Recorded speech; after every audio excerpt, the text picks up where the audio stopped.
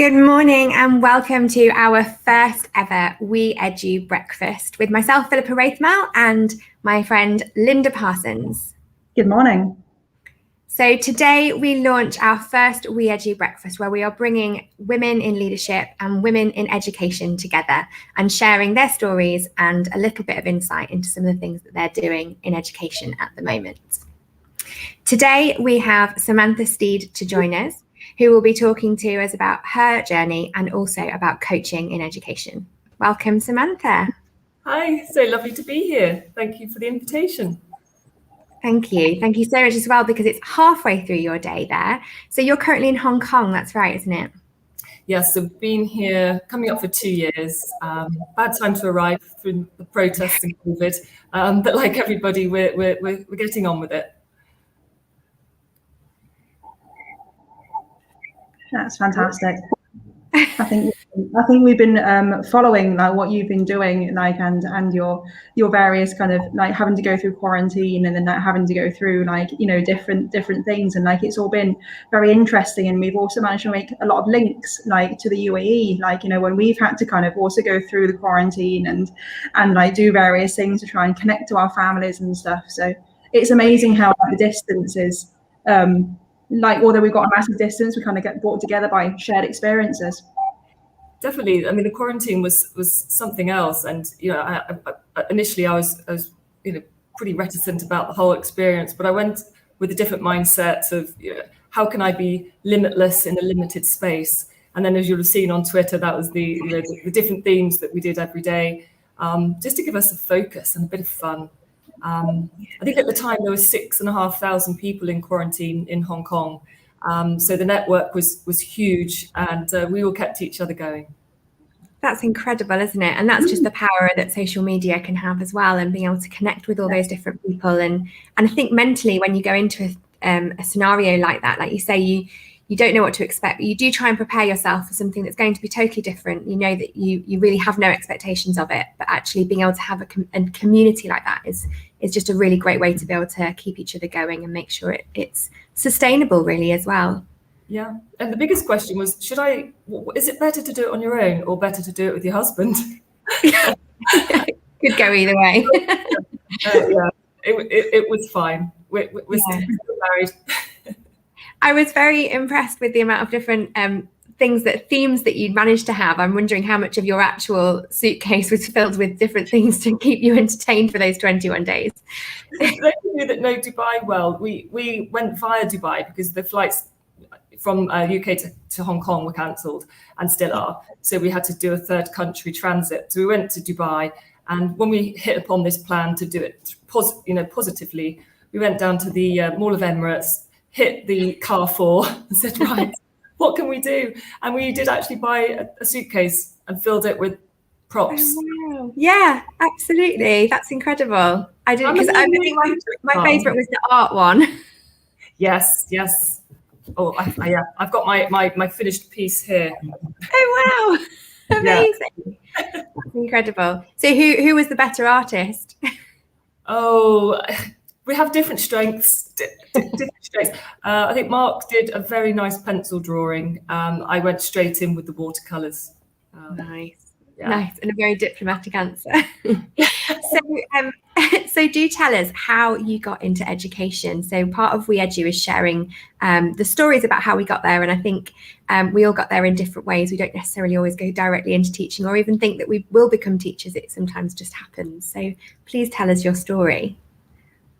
Yeah, that initial question has given me a lot of thought, because normally I answer it at an interview.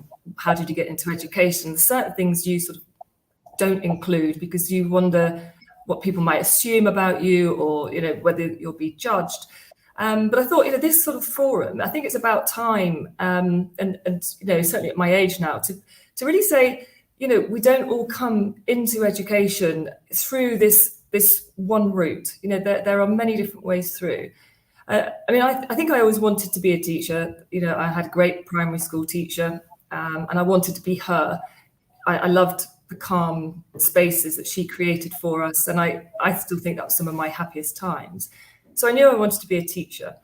When I got to secondary school, I went to a standard comprehensive school down in Dorset, and if I'm honest, it waned a bit for me, the whole education. I didn't really relate to the subjects that well, or the teachers, and I think I came up 2 O-levels. You had to pay to do O-levels at the time, and like my parents paid for 2, and I got 2, but you needed 5, I think, to go to college to do A-levels, and obviously I needed to do A-levels to get to uni. Yeah. So I then went to college and did a GCSE year, because that switched at that time. Took the GCSEs, did okay there, and that gave me a pathway to the A-levels. So I'm a year behind at this point, but a lot of people were, because of the system change. Yeah. So no big dramas, and all was going well. Did my A-level first year, went to Camp America, and did the summer schools out there, and then started my second year, and found out I was expecting a baby. Oh, wow. Yeah, and it was going to be born just before my A-level exams. Oh, gosh. So to say that the proverbial hit the fan would be an understatement. I was to be a single parent as well. So I'm 18 and I'm becoming a mum. And so my dreams and my pathways just went up in smoke at that point. And I did think, well, that's it. I can no longer be a teacher, that I can't get to university. Yeah. And did you find at that time as well, because it's so much more acceptable now to be a single parent and to be a single mum, and lots of women choose to actually do it on their own because they do want to just be on their own and be a mum.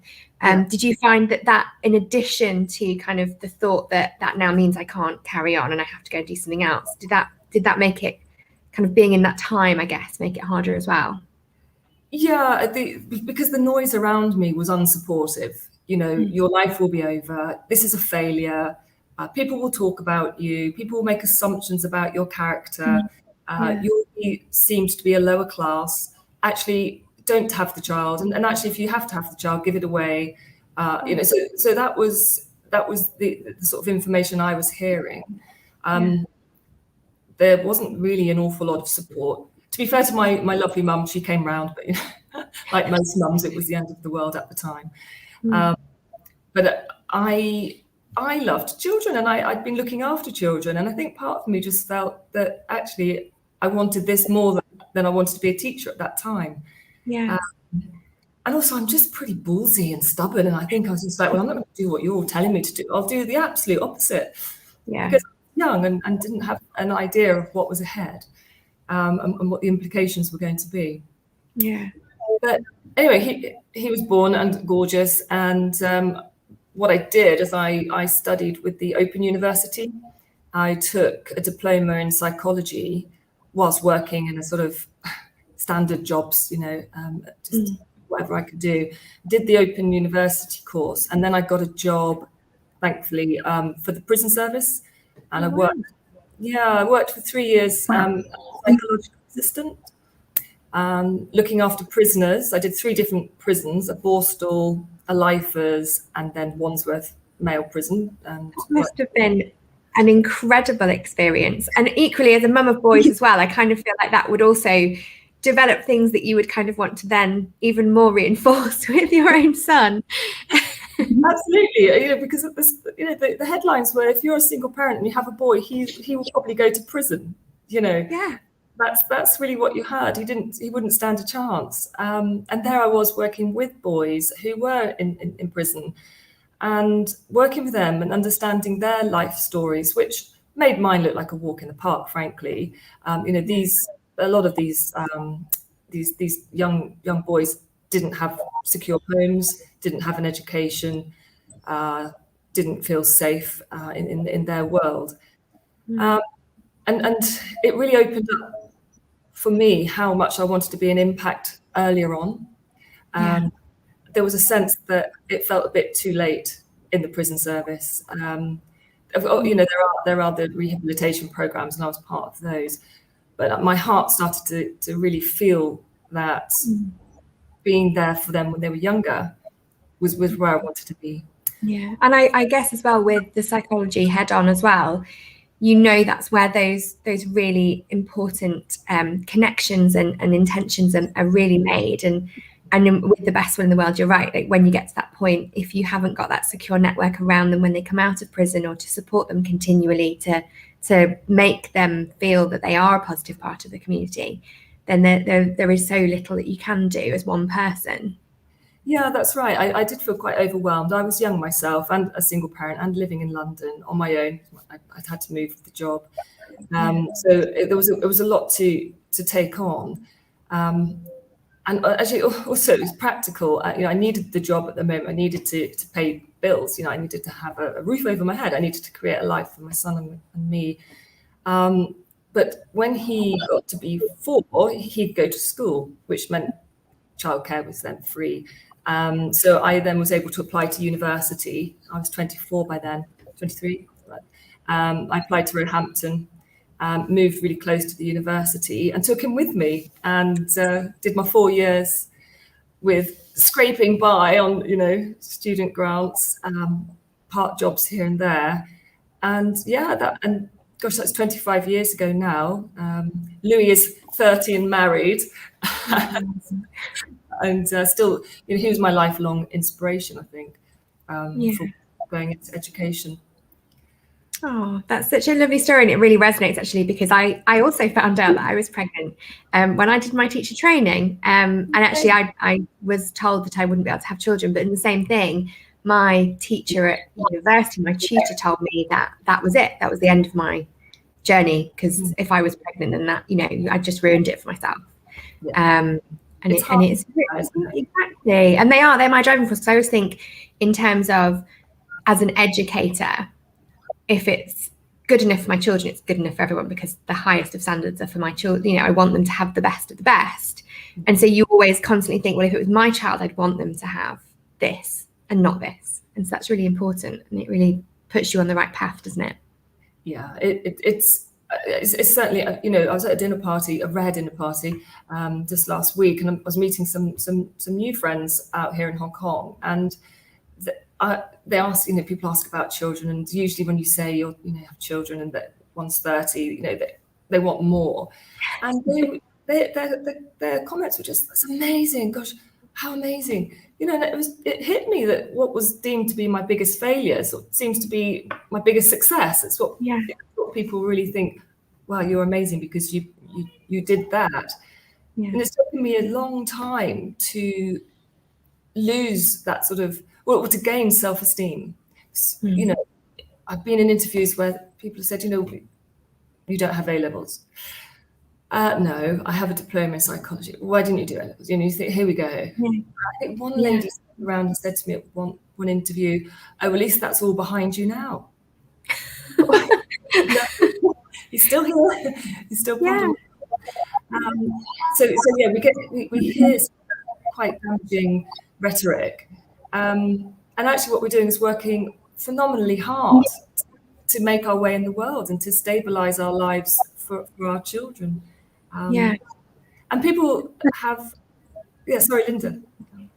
Sorry, I was going to say that there is such a kind of similarity on like your journey and how you've made a success out of every single stage of that journey, and then like having a look now at our future generation who have gone through COVID and who may not have done their IGs or their GCSEs or their IBs or their levels, and it's just like a lot of like the chat from the UK and I guess international schools is, we've got to plug the gap. Like, what are we going to do with them? Like, they've missed this massive portion of their lives. Like, but, and you're standing up and you're saying, well, actually, no, like, you can still make a success of yourself. Just because you haven't got this one piece of paper doesn't mean that you haven't got experience.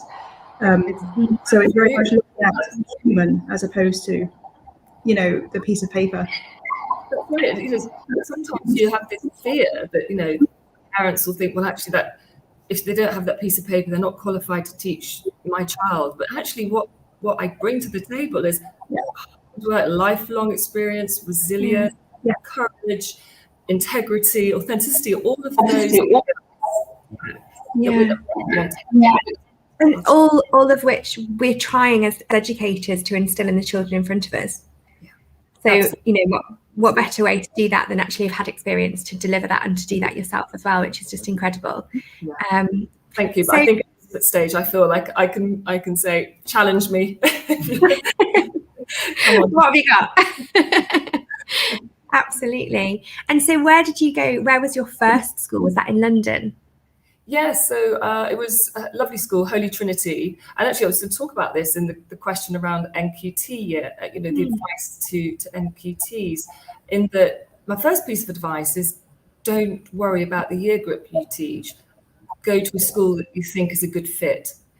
We often get caught up on, well, I'm really Key Stage 2, or I can only really do 5 and 6. But if there's a school that offers you an NQT year, take whatever year group, because being in a supportive, well-renowned, high-performing school, that certainly is going to be much, much better for you than the actual year group you're in. So I took a nursery class, and it was 26 children in the morning and 26 different children in the afternoon. So I had 15 parents. And the children on free school meals stayed, about 8 of them stayed over lunch, and I needed to be there for them as well. And I had a son at home on my own. So I was awash with small children at that point. I don't think, how did I do that? And then if teachers today say, oh, I'm not coping, I can't have 24 in my class, I think you can do it. It's all right. You'll be okay. Definitely. Deeper. And I think actually then, although I hadn't considered early years, it, as you probably know, became a bit of a passion of mine. And I still think, having taught all year groups, I still think that those were my most precious years. Yeah.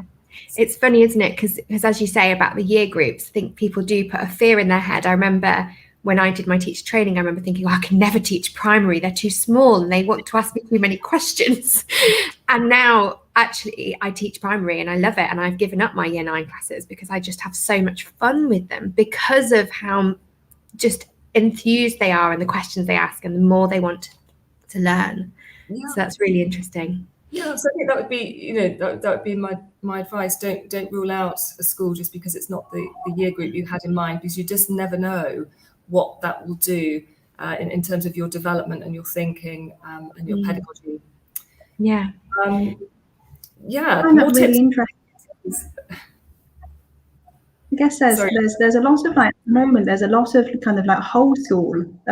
We're really lucky in the international circuit, I guess, that like whole school for us means from KG all the way up to year 13 or year 12, depending on like American or British. But whole school for us is kind of scary because it's just like coming from a secondary science teacher point of view, like going in to teach primary is like, wow, okay, that's really different. Like, but it's just, you now saying that actually, like, you've been through that, and like at first, like you were just kind of feeling a bit like, not sure, like, and it happens for the primaries going up into the secondary as well. But actually, like you were saying that, it changes your pedagogy and it changes your approach, and like, they're just enthusiastic in different ways, and like, that's probably going to be for a lot of people very reassuring. That it's not going to be a complete disaster. Like, you do actually have these, like, inherent, like, the skill of teaching, like, that doesn't change. I'm hoping that's what you meant anyway. Absolutely, and I think we've all heard the adage that a good teacher can teach anywhere. That the skills are transferable. We all have our preferences. We all have our niches, if you like. But as an NQT, get as much experience as you can. And don't rule out certain year groups, especially if you think you might be on a pathway for leadership, because having early years and then going into leadership is really key. It's really difficult, I think, for leaders to truly understand the demands of the younger age groups if they haven't spent time down there. So if you're planning on leadership, experience that leads really nicely actually into the next question, which was about your leadership journey. I kind of guess I want to sort of ask you what path did it take you in? Was it quite a swift journey into leadership? Or because you always think very much in education, it's very hierarchical and it's very kind of, have you done X amount of years, and then did you do this, and then have you done this box and tick that, except Y and Z, and actually sometimes it's just not the case. It's just the right time, the right place, the right position, the right person. So what was your journey into being a head of school and into leadership? I think I wanted to be part of the decision-making process. I think I might be quite a nosy person, and so meetings going on behind closed doors that I wasn't involved in sort of freaked me a bit. I thought, I need to know. And the way to know at that point is much more open nowadays, as we know, we hope, in terms of meeting culture. But I wanted to be on the other side of that door. So I stayed in my first school for 5 years, and the final year of that, I became head of Key Stage 1. I took the in year 2. And I really enjoyed being in the head teacher's office, sitting quietly, watching the dynamics of a senior leadership meeting. And then, if I'm absolutely honest, somebody told me about this school, where this kind of type of school where you get longer summer holidays. Bearing in mind, I'm still a single parent here, so this time off mattered. And it was called private school. I didn't go to private school. There weren't that many in Dorset where I grew up. I was in a state school in London. I hadn't considered independent school. And so I made, and it was for head of lower school. And I just thought, well, I'd just give it a go. And I was fortunate enough to get the job. But the issue, I think, particularly my head teacher at the time had said, you'll never be able to go back into the state sector. That's it. You're gone. Your CPD will go down the hill. Various. Wow. Yeah, it was. Yeah, it was. You would hope that it would give you such a much broader breadth of understanding of the school systems and the difference between them, not necessarily making you go backwards. That's quite interesting. But then also just socially, I would be deemed to have come from a working class background, and so was I giving up on my own type, going in to support, the middle classes? Because I didn't see it like that. I was going in to work with children, and we all know children who come from privileged backgrounds have just as many ups and downs in life as those who in working class environments. And so I didn't see that at all. And I can honestly say in my career, parents, children, all have their issues. Class has nothing to do with it, really. No. What the difference I think I found was that there's just more support in the independent school world. There are fewer children per class. There are generally more resources. There are more supportive measures in place, and the parents are paying for that. And so I did think that made things a little bit easier on the day to day. So I stayed there again for 5 years, became deputy head there, and then I took my first headship in a school in Hertfordshire. Really lovely school. Had, I think it's another 3 or 4 years there, but times were pretty hard, and we had some stiff competition for the bigger branded schools. Berkhamsted School down the road. So the best solution for us at the time was to be acquired, if you like, by Berkhamsted Group and join their group of schools. So we work through a big transition project, which was seminal, I think, in my career, because it was real change management stuff. I really understood what change management meant and what leading through change and crises, what you really had to do. Yeah, having, I bet, some very difficult conversations with people about why it was important to do certain things in certain ways. I think that's something that I'm dealing with, and I try and adapt to, and definitely trying to build my kind of repertoire of how to have those conversations. What I guess another question that I think we were going to ask as well, which was just how has things like that prepared you, and how would you prepare someone else to have those difficult conversations? Yeah, it's taking the time to practice. Change is difficult. When we get into like the coaching world, change is a thing. Change has many models. The Bridges model of change you might know about, where we have to let go of one situation. We might enter a neutral zone where we're neither letting go or into our new beginning. Especially relevant when you are switching, when you're transitioning from one role to another. You're in this sort of suspense area. So we're working on letting go of what was past. We're in a neutral zone, which is a little bit anxious, and we're a bit apprehensive about what's going to happen. but we're excited and feeling creative and innovative about those new beginnings. So, and not everybody's in the same place. So if you go into a new environment, you might be in that new beginnings, full of anticipation, excitement, new ideas. But there are going to be people in your community who are the letting go of the old way, the old head they might have loved. So you're thinking, oh, everyone's going to be the same as me. This is all exciting and new, and of course they're not. But I found during that transition, that merger program, that I was really fired up. It was a brilliant opportunity for the school and for the staff and the children and the parents, but actually people didn't agree. Yeah. I hadn't thought that. I didn't understand where they were on it, but their lives were about to change in a spectacular way, changing from one school site to another, children be moving, changes of uniform. You know, I now really, really understand what people went through at that time, and I've learned a lot from that experience. Yeah, I think that's so important, because I'm probably quite similar to you in that sense, and I'm sure Linda is as well. We're very excited about what we want to do and so passionate, and but this is going to bring so much positivity that actually, if people are happy and settled and they know their way around and they feel confident with that, it's breaking that down for them, and actually then they lose that confidence, and then almost part of their identity within that community as well is questioned, isn't it? And that's really hard to deal with.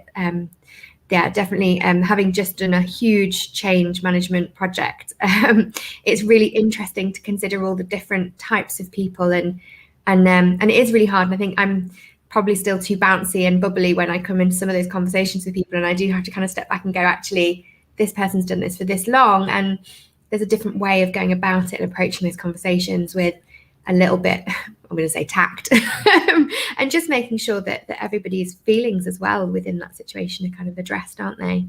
But yeah, that's so interesting. Yeah, I mean, when we're talking about those difficult conversations, being prepared for them and practicing and role playing what you're going to say, making sure that the tone is right. I'm also quite a bouncy person, and forget sometimes that people might just not be on the same page. So creating this sort of thinking environment, I'm not going to come in at you and tell you everything and you're just all excited. We're going to think through the situation, and maybe giving everybody 2 minutes to talk about what this change might mean to them.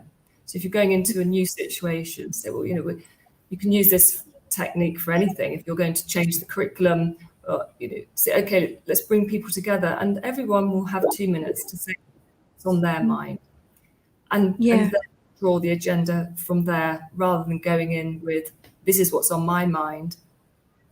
Yeah. People feel included. And that must be it will be very empowering for that community as well, then, to make sure everyone's heard, and that feeling of value, which I'm sure you'll be aware of, is just so important, especially in the international sector where things are very changeable, and people's feelings, if hurt, can actually mean that they just go, well, I'm not going to be here, it's not a supportive environment for me, which I guess leads us into the coaching. It's so interesting, you keep obviously drawing on it. There's so much experience and understanding that then goes with your leadership. And just on a slight side note, I was going to say, do you, with your leaders in the past or now, do you do role play? Because it's something that is always sort of talked about, but I've never actually had a leader who's kind of said, right, guys, you know what, let's put all the paper down, put your computer down. This SMT meeting is going to be, we're just going to have some of those conversations, and we're going to have to do this and pretend what might happen if you have a meeting with a middle leader or a teacher. Is that something that you've done before? I've certainly coached members of staff through a meeting. So rather than being a rescuing head teacher, so I think when you first go into leadership, you've got to solve everybody's problems. There's that 90 days to make it rule, isn't there? I think it's worth saying that 30 to 50% of leaders fail within 18 months because they don't get the transitions right, or they're not supported through the transitions through coaching. So they talk about this sort of 90 days to kind of make it. And really what often happens is you go in thinking, well, I'll just change everything, solve everything, I'll be the panacea to all the school's problems. And we don't listen enough, we don't observe enough. So rather than sort of rescuing, I would bring members of staff in and say, right, okay, what are you thinking?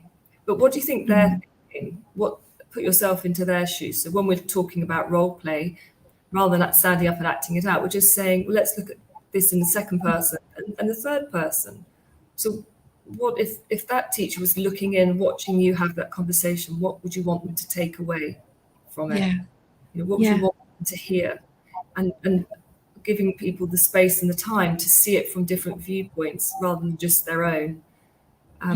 Slows down their thoughts and makes sure that whatever they're going to say isn't upsetting.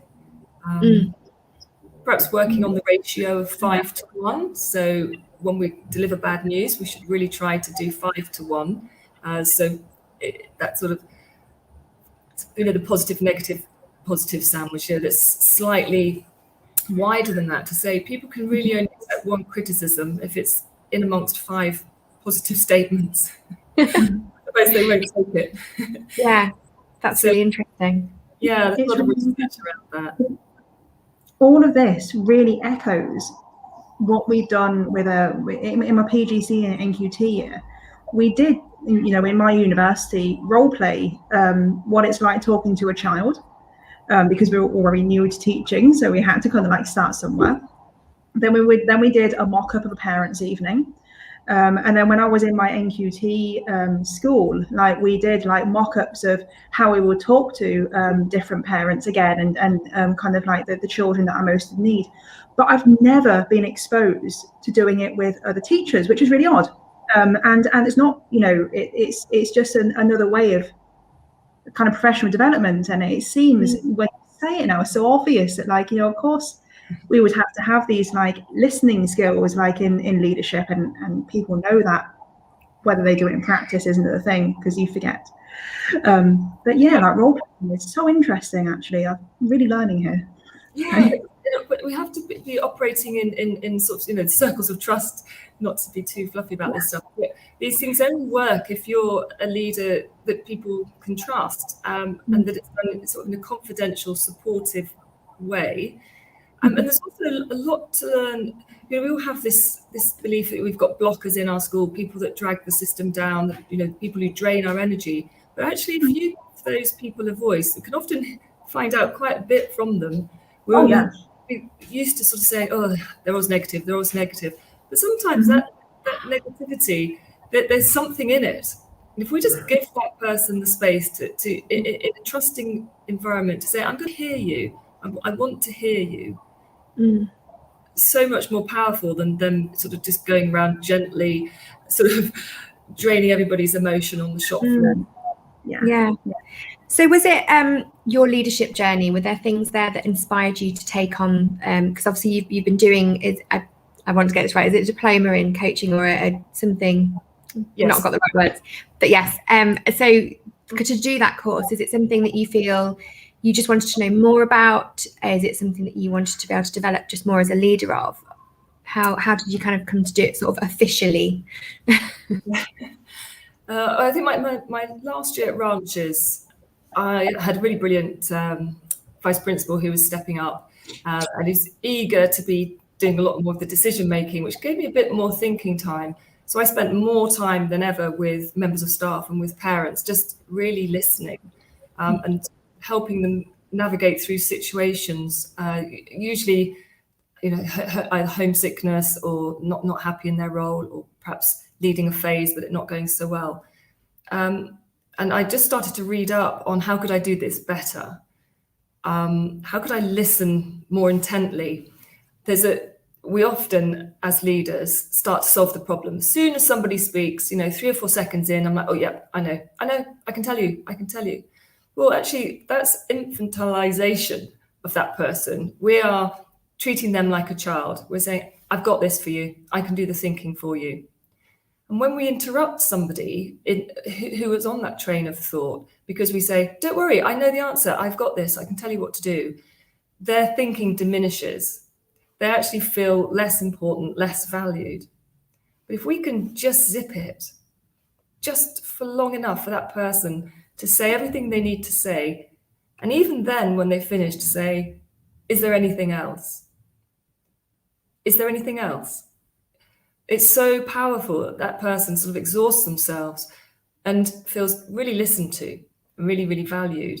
And the whole meeting ends up taking less time because instead of this constant interruption where nobody gets to finish anything, this goes for rows at home, by the way. Just go for 3 minutes, listening, no interruptions. It's really difficult, and then do it vice versa. And honestly, it's changing in the household. Wow. Yeah, so they're called timed talks. So anyway, yeah, back to the point.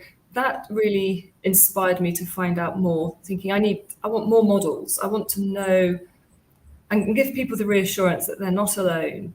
I wanted people to feel that I could listen and support, but not necessarily solve their problems. I can't take away some of their issues. And I guess that's part of it, isn't it? Because then the person actually by talking through it, you almost work out yourself maybe what went wrong or how, and you can then problem solve it yourself, which is exactly, I guess, as you say, you're not taking that decision away from them and saying, I've got this, I'm going to sort you out. They're actually then empowered to make that change and perhaps actually probably more sustainably as well. Definitely. If like children, isn't it? If they're doing something organically, if it's experiential learning, they are going to hold on to those skills. And we know that if they then go and teach them to their peers, they get a deeper level of learning. So it works in the same way as coaching. And a client, I had recently said, this is the first time I think I've taken responsibility for where I am, rather than blaming everything else that's going on around me and then expecting everybody else to come and solve it for me. Yeah. And we talk about millennials, don't we? And, saying, I'm entitled, and I don't really go for all that, but it's out there, isn't it? That everyone's got to solve their problems for them. So coaching, I think, is more important than ever to equip those people who haven't developed those self-help resilient skills to say, how can you get from where you are now to where you want to be? What goal are you setting yourself? And what strategies are you going to employ to get there? And that's all that coaching does. It says, what are you thinking about? What's your goal? It might be, I want to be a more authentic leader. What's stopping you? What are your options? What's the reality about where you are? Yeah. I don't think schools could spend their money any better than having access to coaching. Yeah. Which is, it sounds, because it's the sort of thing that if you then empower your staff to do, then actually they will do that with students, because they will start to adapt to that kind of routine as well. So how do you think this is going to influence your journey and your next steps? Because you're coming up to your newest headship, aren't you? Yep, that's right. So I thought I had 3 headships. I thought, that's it, I'm done. I'm into consultancy. I've had a great year, but Keller it's a brilliant school in Hong Kong. The opportunity arose. I found it really difficult to stay back from it, and in the end, I went for it, and I was very fortunate to get through the process. Yeah. To be, it's that links again, isn't it, with children? It kind of, I guess, we don't ever want to be too far away from it. I know when I've spent too long out of the classroom, I just really enjoy getting back in there and being with students and bouncing off them. Yeah, I don't think I realised my youngest son, who was with us in Dubai, he left for university. He's second year now, so he's not here. Our cats we sent back to my in-laws because Hong Kong wasn't good enough, a good space for them. And this is the first time in 30 years where I haven't had something to look after. And it's bizarre. And, so I've got lots of plants around, so I'm doing my best for them. But no, I need to go and be with people, and short of adopting another child, which my husband said is absolutely off and not happening. I've got to embrace this empty nest syndrome, and I think it really is a thing. But I'm extremely excited about going back into the school. But I hope that the coaching will help me. Who doesn't want to be wise?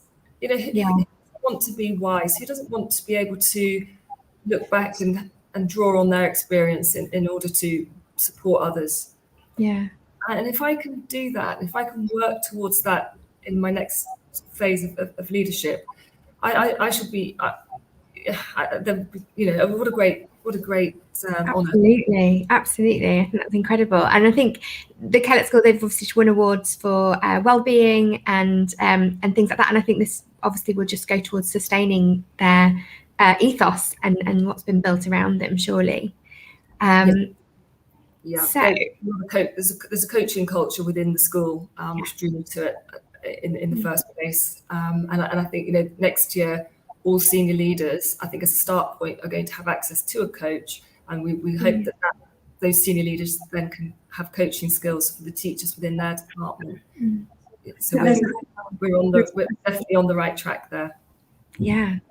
Linda. There's such a I guess there's such a huge misconception that if you're in a more traditional school and an established leader, you don't need that coaching and you don't need someone to kind of tell you what to do kind of thing, because you've already got all the answers, and it can kind of create a bit of a toxic environment of you going back towards more traditional observations where you have your line manager coming in telling you their own subjective judgment and whether you are teaching correctly, and then you go away and the line manager has not grown by saying that, because it just reinforces their own view, and then you haven't really grown that much because you're just well, okay, how can I make myself into more of my line manager, as opposed to how can I grow myself in and how can I develop my own personality and my own kind of ethos and values and stuff. So coaching is so powerful, and I've been so interested in how to do this properly, because I've heard many misconceptions about it. One of them being that it doesn't work as well as the traditional observations, because inherently teachers are able to kind of self-reflect anyway, because that's what we've been doing since PGCE. But that's not necessarily true, and it's as kind of a powerful misconception as saying that the children that we have growing up now are digital natives and they can automatically use all these digital skills. It's well, that's not true. It's just because we're teachers, it doesn't mean that we can effectively self-reflect. And I think it's important to kind of have that at all levels in an organisation. Yeah, more leaders need to stand up and say, I'm working through that with my coach. I have a coach, my husband is a coach. And certainly we're going to be working together. We will need a coach. There's going to be bumps in the road, inevitably around decision making and things. So it's only right that we take it seriously for our community to say, we want to make sure that we've got a platform of support for us, because there will be a transition for the school. There are going to be some new ways of working with us being, a senior leadership couple. And it's only fair and right that we take the mentorship and the coaching support from somebody outside of the organisation to that whatever goes on for us doesn't have an impact, within the school. Right. Yeah. So it's coaching isn't fluffy. It's really hard, and being coached is a challenge. And sometimes I sit down and think, I've got nothing to talk about with my coach. My goodness. But by the time the hour's gone, we've covered all sorts of things that I didn't even know were there. Yeah. Sometimes I don't coach, but and that conversation. Sorry. Well, and I was just saying it's incredible because sometimes you don't realise that's what you need to get off your chest and say out loud. And actually, that even just saying things out loud sometimes to people, especially when you say they're not in your organisation, they're totally impartial. It's nice to be able to say that to somebody and then know that there's no one's going to kind of think in the next meeting you walk into, oh, well, such and such said in our meeting. Because that, again, there is that culture of, whereas we want to be supported in things, but we do also know that a lot of it's going to go into what people think of us, and actually having somebody outside of the organisation is really important to be able to speak to sometimes. Well, that means that when we talk about coaching, it's you only have coaching when things are going wrong, and that's this whole notion of sort of appreciative inquiry. So we often work in 80%. We work in deficit of something's broken, we need to fix it. When what we should be saying is what's working, let's do more of it. Yeah. And so with coaching, when you're in the appreciative inquiry arena, it's saying, okay, what's working and how can we do more of that? So coaches don't often is just come in when there's a crisis or change management. It's really a tool to say, let's have a look at when I felt really good, what was happening for me at that time. And let's see if we can do more of that rather than just focusing on what went wrong and how can I fix it. So back to the that's where it's built into the culture, isn't it, as well then? Because then, as you say, it's consistent. It works well with learning observations, the appreciative inquiry. So, talking about when did you feel that it went well, and how can you make that more consistent? So I think that coaching is I think it's, even for me, much more different, I guess, than what I thought it was going to be. And I know when I coach people, even though if I do a bit of prep going in, more often than not, it goes in a completely different pathway. And we always use this, just trust the process. So trust the coaching process. And once you just relax into it, how can I put it? I don't want to say something really out there, like, it really takes the pressure off. It really shifts things for you. But I really see the difference from somebody who I coach who looks quite heavy at the beginning, and by the end of the hour, through the work that they've done, not what I've done, but the work that they've done, sort of grow. And they say, I think I'm going to have a good day. And off they go. How incredible to be able to help support and nurture that as well in people, which is just incredible. Yeah, it really is. And I'm really looking forward to it's kind of getting back into school and really pushing the coaching culture. Brilliant. That sounds fantastic. The people at Kellett School will be very lucky.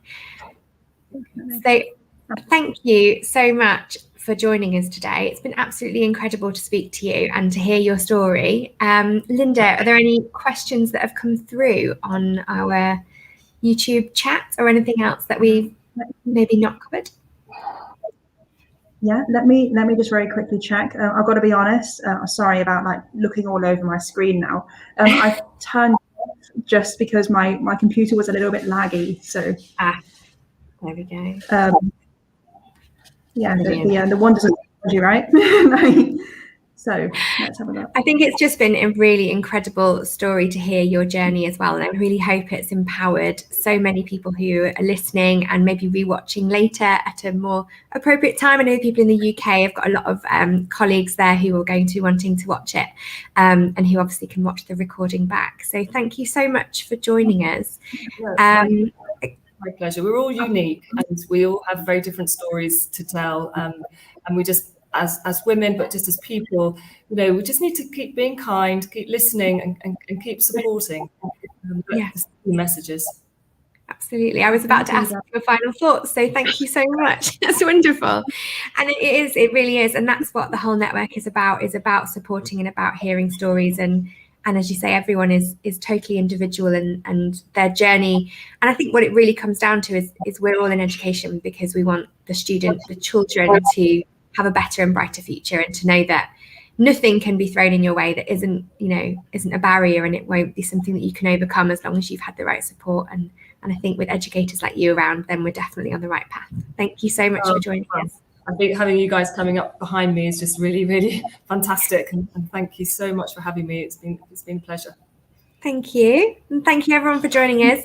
And please feel free to share this if you've enjoyed this conversation so that other people can also hear Samantha's story. Thank you so much.